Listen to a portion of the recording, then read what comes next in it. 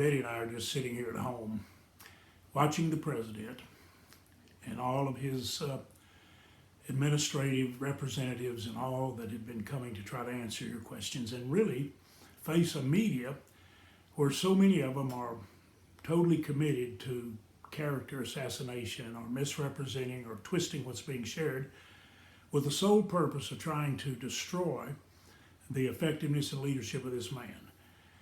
I've never seen anyone that I think is not only smarter, tireless, and is fearless, but gaining continually in indescribable wisdom. He's been so kind to me for the last 4 years that he has appreciated our prayers for him and our prayers with him.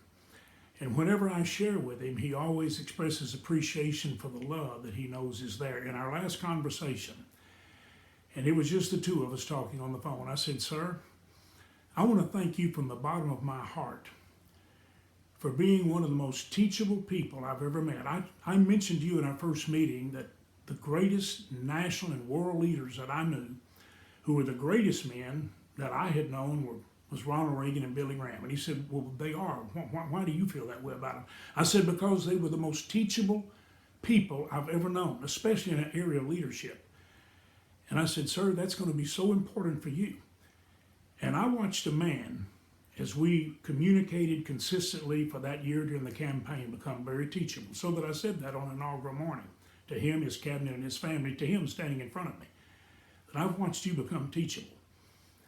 Well, now let me say now, after 4 years, and I told him this last week in our conversation, I said, "Sir, I got to be honest with you.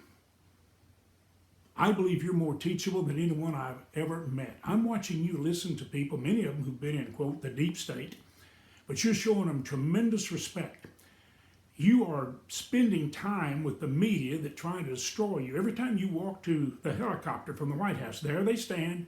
You pause, knowing they're after you, and you answer them. You're very patient. I think you're very humble to stand there. I don't know a pastor or a preacher that would stop every day like you do.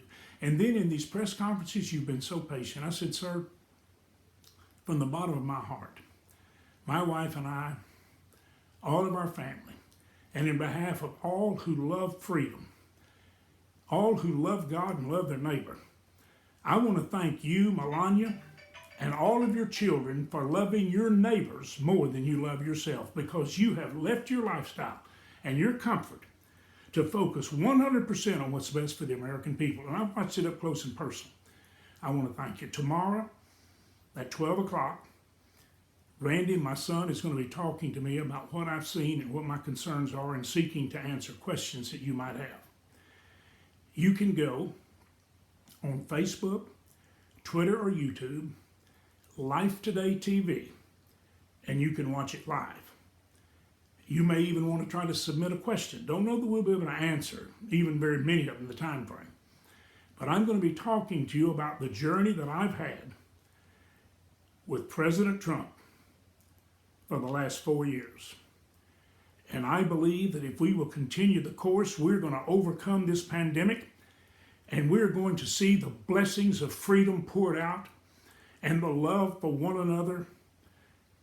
All that we see going on right now that's positive is the love and concern for others, and the president talks about it with gratitude every day. Join us tomorrow.